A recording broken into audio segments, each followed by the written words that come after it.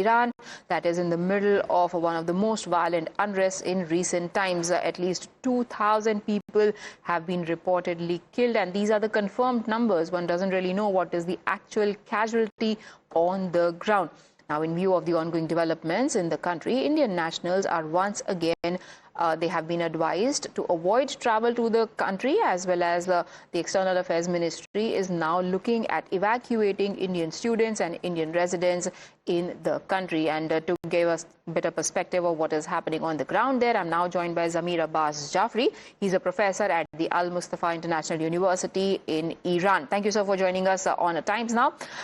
More than 2,000 people have died. What really precipitated this mass unrest in Iran? Thank you very much for having me on the show. I would agree to part of your question that is one of the most violent protests, or rather I would say it is one of the most violent terrorist attack on the Iranian soil.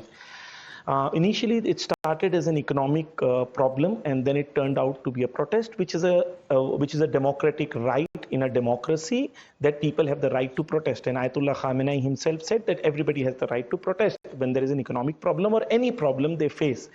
And the Iranian government took the right step. The president changed the head of the Reserve Bank of Iran, and the right steps were being taken. But suddenly, Mossad announced that our people, they tweeted that our people are inside Iran with guns and with weapons, and they will support. And suddenly, the initial protest, which was peaceful, turned out to be violent.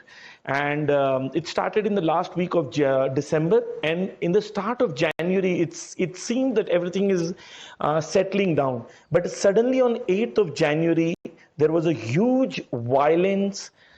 There was huge violence inside Iran. More than 25 mosques were attacked only inside Tehran, and more than 50 mosques were attacked all over Iran.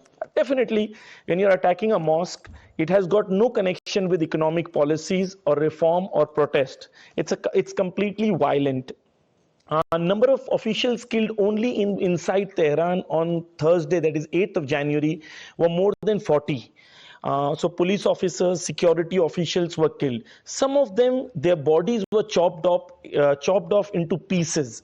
So it is definitely violent, and it is definitely funded by the foreign organizations, Mossad and CIA. They both have clearly said that we have Mike Pompeo said that our CIA agents are available on the ground with weapons.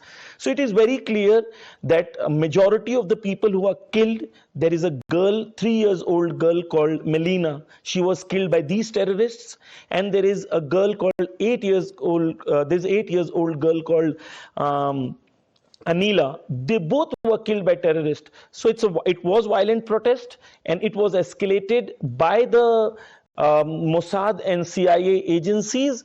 But they were given the best answer by the people of Iran when they had a rally on 12th of January, where majority of the people inside Iran, they united in one voice. They rejected terrorism and they supported the Islamic government inside Iran. Okay, some very serious allegations you are leveling there, sir. But we've also heard about Iran's communication blackout, and we've also heard reports that it is more serious than ever before. Restrictions that could last beyond even the current protests. Could you just bring us up to speed with what's the latest situation on the ground? Look, on 8th of January, as I said, the protest, which was initially a protest, turned violent, and it turned out into riot and later on into terrorism. And definitely such protests were controlled by people sitting in the White House or in Washington or in Tel Aviv. So it was essential that the communication network be controlled so that these organized crime can be controlled. And definitely on 8th, what happened on 8th of January, when there was an internet blackout inside Iran, things came into control very quickly. On 9th of January, approximately 90% of the violence dropped off. And on 10th of January, almost none of the violence remained. So it was very effective. Secondly, look, it is a very different kind of internet blackout inside Iran. What they did was the internal communication was working perfectly fine. The banks were working, the apps for taxis were working, All the applications inside Iran were working definitely and perfectly fine. What they stopped was the foreign interference and the applications which were turning out, which were creating echo chambers for like Instagram or other places, which were creating chaos inside Iran, were definitely stopped. And I think on a long term, the Iranian government should take a definite decision and look into it.